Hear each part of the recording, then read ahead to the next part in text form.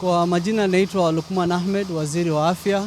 Niko pamoja hapa na timu yangu ikiongozwa na the chief officer Dr. Mohamud, the med sup na board member as well as our administration, the office administrator na our technical person ambaye ana maintain this plant ambaye anaitwa Bwana Mugambi. The reason tumekuja hapa leo ni kuangalia the function of our oxygen plant. What we want to do ni to reassure the citizens of Isiolo we have enough oxygen to cater for this hospital as well as other hospitals that we have in this county. Hii plant ambayo iko hapa inatoa 540 liters of oxygen per minute, and that is enough to cover mahitaji ya hii hospitali yetu ya referral, na pia tunatumia hii plant ku store oxygen ili tuweze pia kusaidia zile hospitali zetu ambazo ziko in far flung areas waweze kupatia huduma nzuri wananchi wetu wa Isiolo.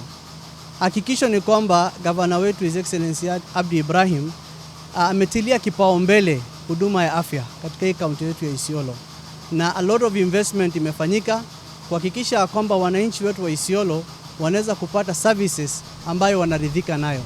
Na sisi kama wafanyakazi yake, wafanyakazi wa county, hakikisho yetu ni ya kwamba the goal ambayo the governor ako nayo ya kuhakikisha facilities imepatiana improved services, our facilities are functioning, wananchi wa Isiolo wanapata huduma bora katika hospitali zetu. Sisi tunawahakikishia kwamba tutaweza kutimiza. Tuko na very competent team ambayo inasimamia hospitali, na tunawasihi wagonjwa wetu, citizens wetu wa Isiolo waweze kukuja kwa hii facility ambayo itawapatia the services ambayo wana require. Na tunaomba wale ambao wanatoa misinformation, especially through the social media. You know, this thing has an impact on people's life. When you say that this facility does not have oxygen, kuna mtu ambaye alikuwa anahitaji hiyo oxygen, alipata hiyo information na hajakuja hiyo hospitali, akiaga ule mtu ambaye anaeneza hizi propaganda kwa social media, ama wale ambao wanaeneza propaganda kwa social media, there are things that should not be done. So our residents, we assure them of proper services in this hospital.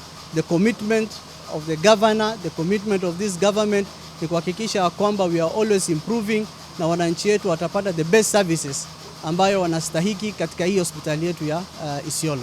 Asanteni.